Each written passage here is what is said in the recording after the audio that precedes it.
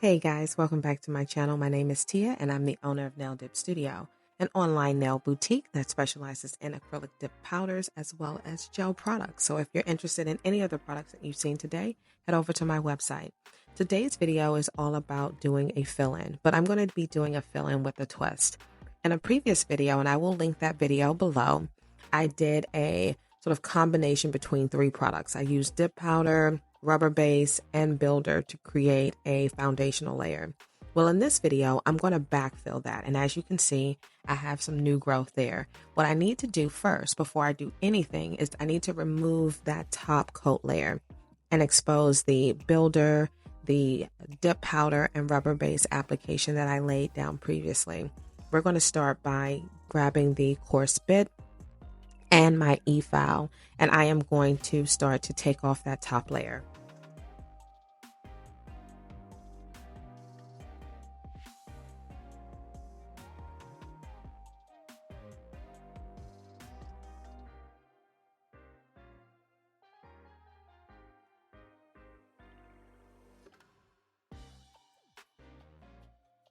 And if you guys do not have a dust collector, I highly recommend that you get one. You can get one for your desk, for your station, but they really do help with collecting the dust and minimizing the spread of the dust because you're using these tools. You're going to be filing things and dust gets everywhere. So make sure you have a dust collector.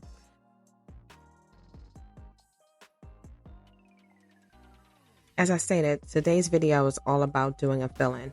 Now, depending on where you live, some people say fill-in, some people say backfill.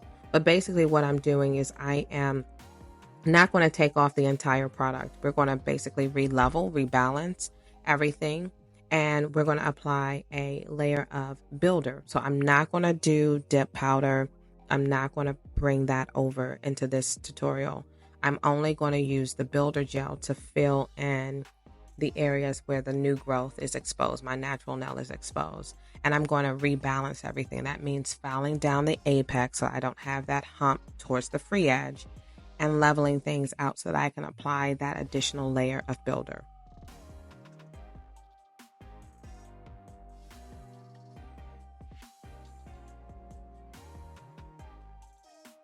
Now, one of the things that I love about my products is the fact that they're truly products that you can use at home that will give you a salon quality result.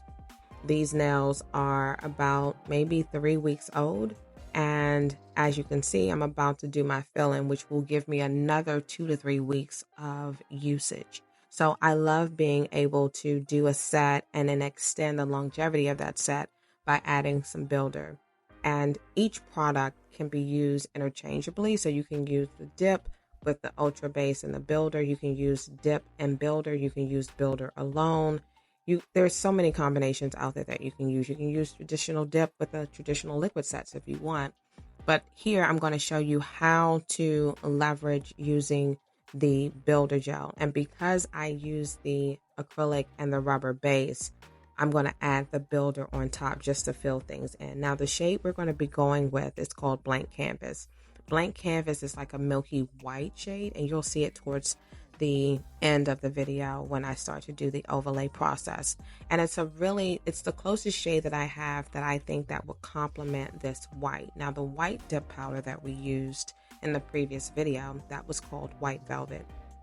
And I did that primarily because I have a lot of customers and clients that would say, hey, how do I stop my nails from cracking? Well, one of the ways that I find that you can stop those cracks is by using gel, because gel has a little bit more flexibility to it.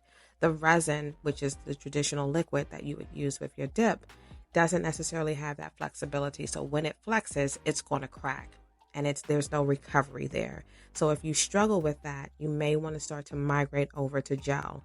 If you're afraid of builder, then I would suggest that you use the ultra base. And the ultra base is a little thicker than the traditional base, and it's a little thinner than the builder, but it gives you a nice result, especially if you're going to pair that with your acrylic. So I'm going to show you how I do everything. One of the main things, if you're new to my channel, I am really big on nail prep. I think that it's the key to success in terms of having a salon quality-esque manicure done at home. One of the things that I will do is I will make sure that when I am filing, I file and I shape my nail to my desired end goal. I prefer a tapered square nail. And in this process right here, I'm also starting to debulk. I'm removing some of the excess product from the free edge. I'm also shortening my free edge by moving my nail down, filing it down to my desired length. And then I'm also going to make sure that I take off the weight that will be on the nail on the side walls as well. You want to just make sure that you're filing that. And then again, I do a comparison just to make sure that my nails are cousins. I'm not looking for identical twins. I'm just looking for some relation. And so I will do side-by-side comparisons just to make sure. Now, as you can see on my right hand, I went ahead and I did the manicure itself, the backfill, using the builder, and then I applied some gel polish over top of that. And the shade, I believe, is She Cooks. That's a pretty peachy shade that I'm going to apply over top of that builder once it's completed. But prior to that, as you can see, I'm just debulking everything. I'm taking my handheld file. I am using the 100 side of the nail file, and that it happens to be the coarsest side that I have. And I'm using that to help shave and take off some of those layers and some of that product to expose the previous underlay.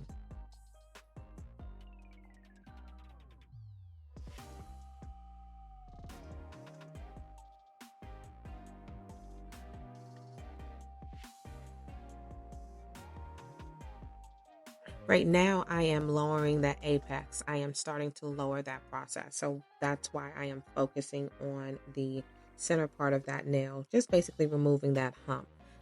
What you will see is I like to build my apex up. I like to create that curvature, but as your nails grow out, you'll notice that your apex is no longer sitting in the same position. And so if you don't want that hump, that camel's hump at the end of your nail, you need to file and level your nails out so that you now have the space to put the overlay and to create a new curve in the proper position.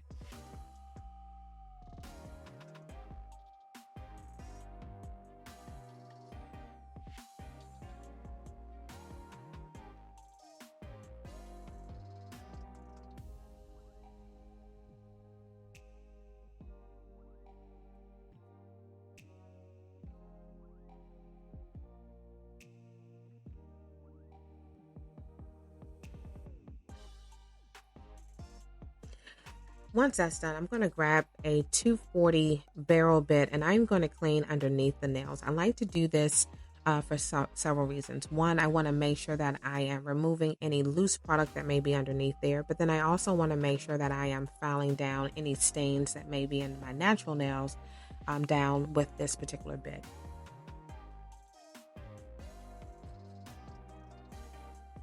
Now let's get into the dry manicure process. I am going to start to push back my cuticles, and I use a dual-ended cuticle pusher. I'm being very gentle here. I'm just putting a little bit of pressure, but I am removing and pushing back that tacky layer so that I can expose what needs to be filed off or what needs to be trimmed.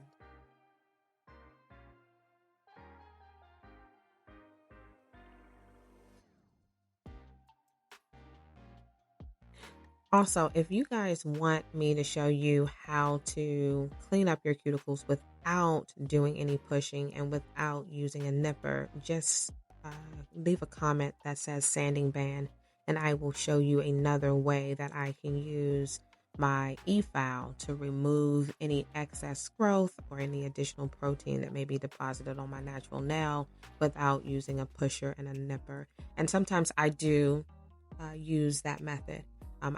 When I was doing nails, I had clients that could not be nipped or cut due to medical issues. And so I had to figure out another way to give them that sharp, clean aesthetic. And I can do that with an e-file. So just comment sanding band if you want to see that video and I will show it to you.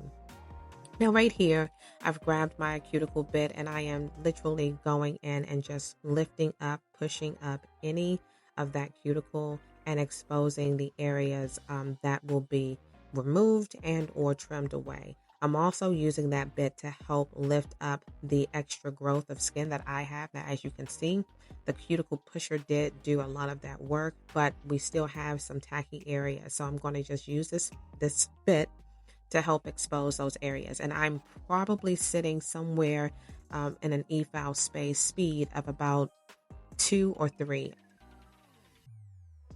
Now I have detailed videos of me doing my dry manicure, and I will link a couple of those videos down in the description box for you. So I won't go into detail here, but I am specifically using my cuticle bits to support my cuticle cleanup.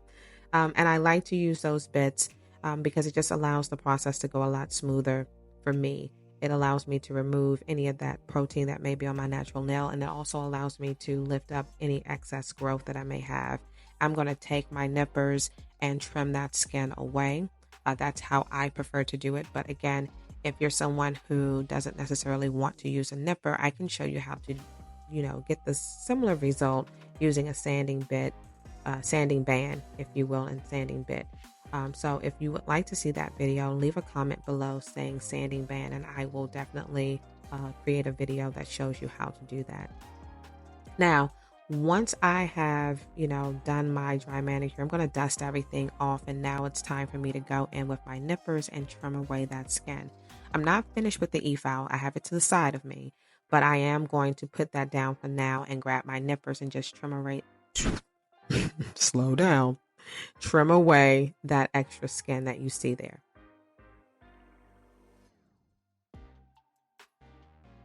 As I trim off the extra skin, I am also making sure that I am, again, re-inspecting the nails. I want to make sure that I am prepping both my natural nail, but then also to the skin around the natural nail, because that's the telltale sign as to whether or not, in my opinion, you have a really good manicure or not, professional looking manicure or not. Notice how I am doing things in phases. I'm not going in and just cutting and trimming everything, because you do have live skin there. You do want to take your time.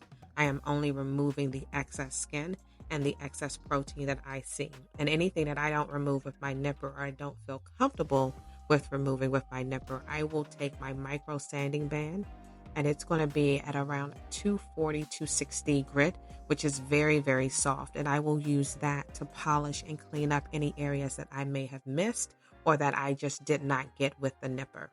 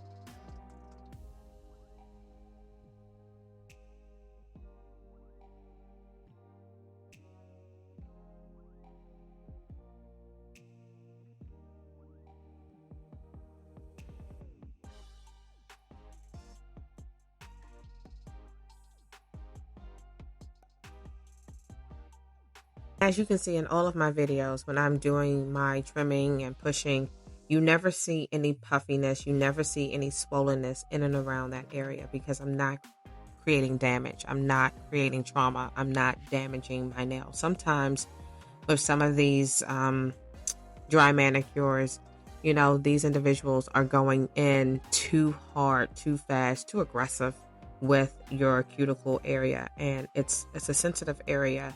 And you can definitely tell who has experienced trauma by some of these nail techs. So again, the reason that I sort of go into detail when I'm doing my videos is so that you don't end up injuring yourself. And I show you how to achieve that final desired look. It may not be in 10 minutes. It may be a 30-minute, scope for you. But if it means that your nails are amazing, that they're able to stay on for 3 weeks and you don't have any damage and they're not swollen, your fingers don't hurt, then I think that I've done my job successfully.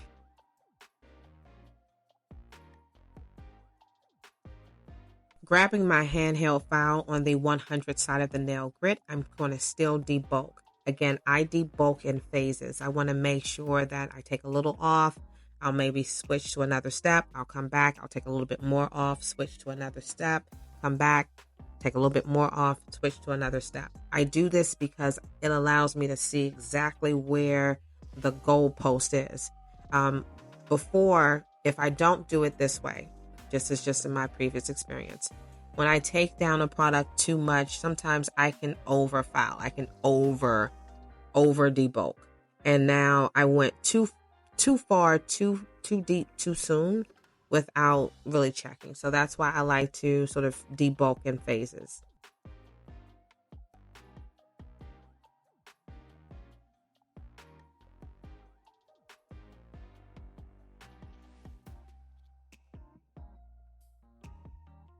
Always inspect your work. I'm my worst critic. I promise you, I am my own worst critic. So I am looking at my nails from side to side. Notice I flipped the nail on the opposite end, flipped it around. We'll look at it dead on. I want to make sure that I get my desired shape because I have to wear these things, not anybody else. These are my fingers. These are my nails. And I want to make sure that I am always inspecting my work because I want my nails to be stunning at all times.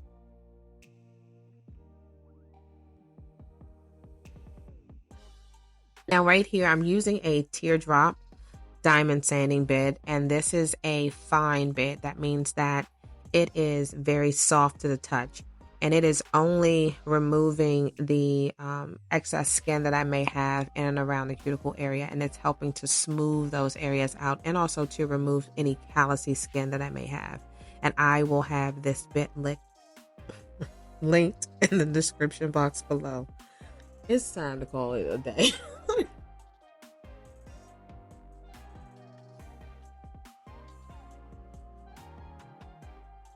This happens to be my favorite band. This is the band that I think that everyone should have. It literally will sand and smooth out your skin. I use this in and around the cuticle, as you can see, along the side walls, just to make sure that everything is polished before I move on to the next step. And also make sure that you have yourself a tiny dense brush that will allow you to remove any product. Now, I went ahead off camera and I put my gloves on. You want to make sure that you are wearing your gloves to protect your hands as you are going to be putting and exposing your fingers and hands to your UV LED lights once you put your hand under that lamp. So you want to make sure that you're doing that. I'm also going to grab a lint-free wipe and some alcohol, and I'm going to wipe my nails down just to get off any remaining dust that may be there. And once I have all of that done, I'm going to grab my pH bond as well as my primer and apply that to my nails as well.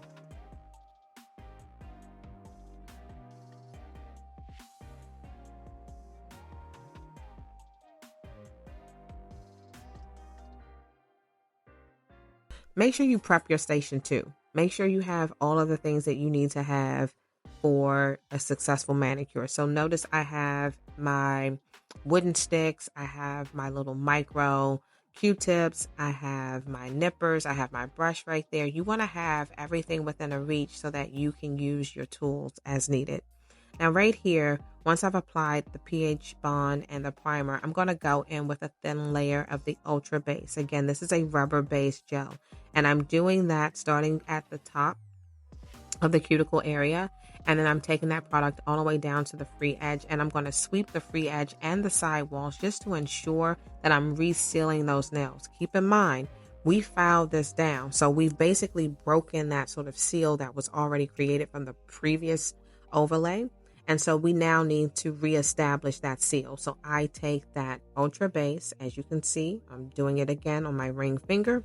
I'm going to place a dollop down, smooth that product down, build it down, move it down, and sweep it across the free edge to ensure that I'm resealing my natural nail to the previous manicure. And then this also too allows me to build it out. Now I'm going to grab the builder gel in the color Blank Canvas, and I'm going to apply that product and fill it in that area that new growth area. So that section of where my exposed natural nail is, I'm going to fill that product in. Then I'm going to basically take the product and just in a straight line, pull it all the way down, sweep it across the free edge, and then redistribute that using my gel brush, dual-ended gel brush. And I'm using the fine tip to move that product around. I'm going to flip the finger upside down, tap it a couple of, give it a couple of taps to help redistribute the product, let gravity do its thing. And now you can see I'm ready to set. You want to cure everything for 60 seconds. And once that's done, you're going to repeat the steps on the next finger. This is very simple. I'm putting that product right there. My first little drop of product will fill in that natural area. I'm not pulling that product down until right about now. And notice I'm pulling it down and putting it right there in the center. I'm sweeping that free edge, and then I am going to redistribute this product using my thin liner brush.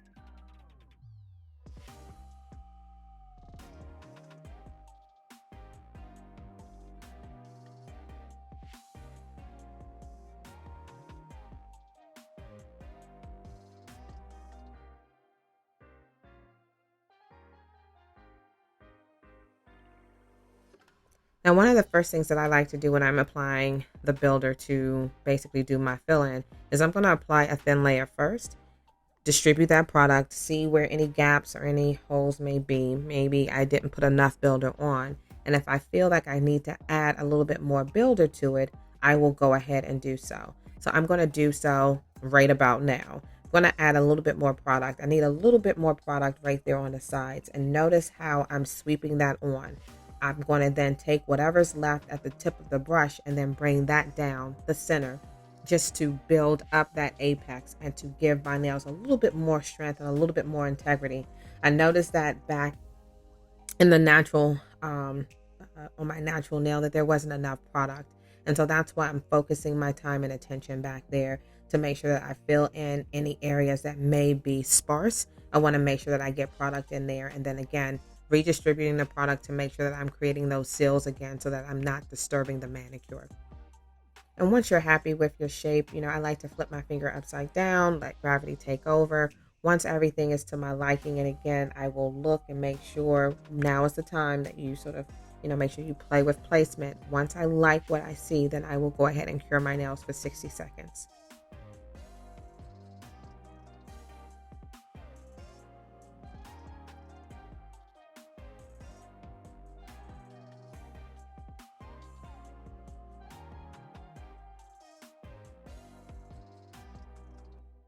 I noticed a little product had ran over to the side, so I'm going to grab my wooden stick and scrape that off. And then I'm going to use the bottom part of the liner brush just to reseal everything and to make sure that I have a nice connection point with the builder gel to the remaining product. And then I'll cure it for 60 seconds.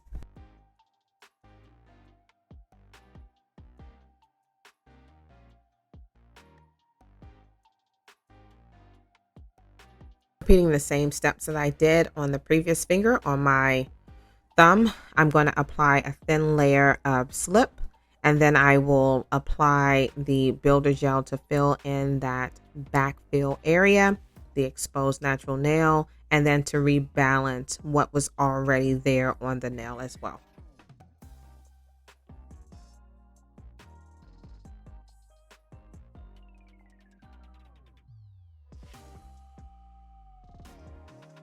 Remember, the key here is to balance. We're rebalancing the nail, not creating something entirely new.